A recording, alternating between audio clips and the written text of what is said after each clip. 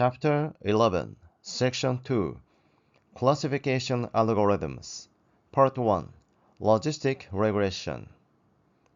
Let's see the popular classification algorithms. As we have seen, there are many machine learning algorithms for classification. In this course, we focus on logistic regression and decision tree, and this section focuses on logistic regression. Decision tree will be explained in the next section. The following explanation assumes that the problem is a binary classification.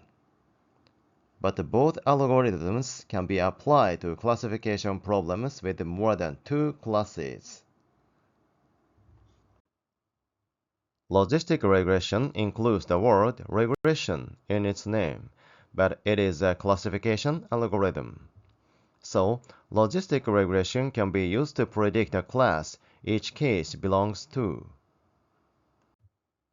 Logistic regression is an algorithm that estimates the probability of an event occurring. So, in a binary classification problem, logistic regression estimates the probability of being a positive case for each case. Since the output of logistic regression is a probability, it ranges from 0 to 1.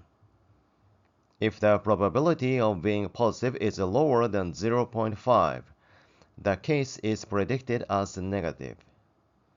If the probability is greater than or equal to 0.5, the case is predicted as positive.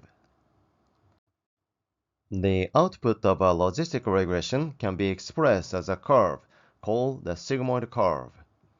The curve represents the probability that each case is a positive case. As expressed its vertical axis, the output of sigmoid curve ranges from 0 to 1. The equation of a sigmoid function can be expressed in this way. Detailed mathematical explanation is beyond the scope of this course. But let me tell you that in the model training, we let the machine to learn the optimal value of beta 0 and beta 1 in this equation. Let's look at an example of employee churn prediction. Employee churn prediction is a binary classification problem where we want to predict whether each employee will churn or will not churn. So, this problem is two classes, churn or not to churn. Here, we have training data consisting of predictor variables and a label. Here, the label is employee churn, where 0 means not to churn and 1 means churn. Using this training data, we can develop a logistic regression model. After the model training, we can apply the model to a new dataset. Here, we do not have data of the label because this is a new data. When we apply our logistic regression model to this data, it computes the probability that each employee will churn. The threshold is 0.5, so if the probability of churn is lower than 0.5, the case is predicted as not churn.